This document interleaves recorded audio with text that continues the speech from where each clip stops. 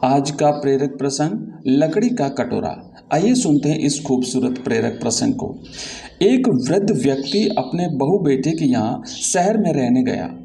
उम्र के इस पड़ाव में वह अत्यंत कमजोर हो चुका था। उसके हाथ कांपते थे और दिखाई भी कम देता था। वो एक छोटे से घर में रहते थे। पूरा परिवार और उसका 4 वर्षीय पोता एक साथ डिनर टेबल पर खाना खाते थे। लेकिन वृद्ध होने के कारण उस व्यक्ति को खाने में बड़ी दिक्कत होती थी। कभी मटर के दाने उसकी चम्मच से निकलकर फर्श पे बिखर जाते थे, तो कभी हाथ से दूध छलक कर मेजपोश पर गिर जाता था। बहू बेटे 1-2 दिन ये सब सहन करते रहे, पर अब उन्हें अपने पिता की इस काम से चिढ़ होने लगी। हमें इनका कुछ करना पड़ेगा, लड़के ने कहा।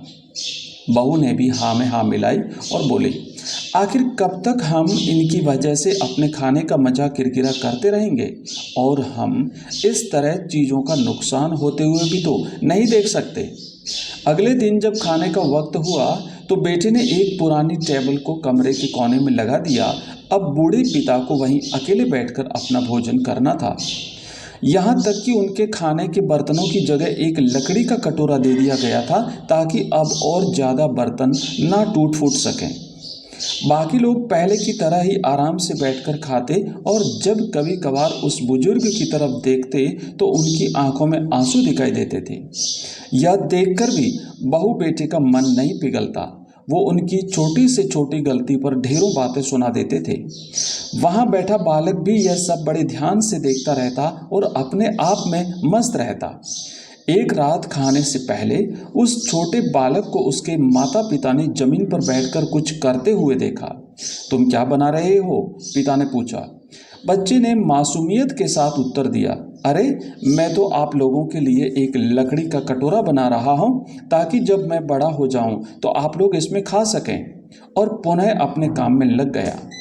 पर इस बात का उसके माता पिता पर बहुत गहरा असर हुआ। उनके मुंह से एक भी शब्द नहीं निकला और आंखों से आंसू बहने लगे। वो दोनों बिना बोले ही समझ चुके थे कि अब उन्हें क्या करना है।